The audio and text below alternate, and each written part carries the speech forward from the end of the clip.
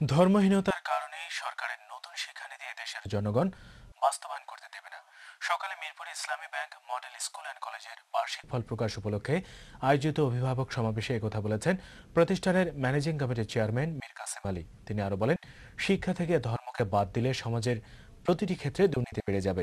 তাই ধর্মীয় শিক্ষার কোনো বিকল্প নেই। তিনি জানান, ইসলামী ব্যাংক শুধু ব্যবসায়ী প্রতিষ্ঠান নয়, এটি সমাজ পরিবর্তনেও কাজ করে যাচ্ছে। সেকুলার সিস্টেম অফ এডুকেশন সম্বন্ধে অক্সফোর্ড ডিকশনারিতে বলা হয়েছে, the education system no relation with religion। অর্থাৎ এখান থেকে যে ছেলেটি মানুষ হবে সে ধর্মের কোনো শিক্ষা পাবে না। আমার ধারণা তিনি এটা বুঝেন নাই। মাননীয় বাংলাদেশ সরকারের অনুরোধ করব, আপনারা অনেক ভালো জিনিস উপহার দিয়েছেন, কিন্তু সেকুলারিজমের লক্ষ্য যদি আপনারা রাখেন তাহলে জনগণ এটা মেনে নেবে না। বাংলাদেশের জনগণ কোনোদিন সেকুলার শিক্ষা ব্যবস্থা চালু হতে দেবে না। দেশের ১৭ বিশিষ্ট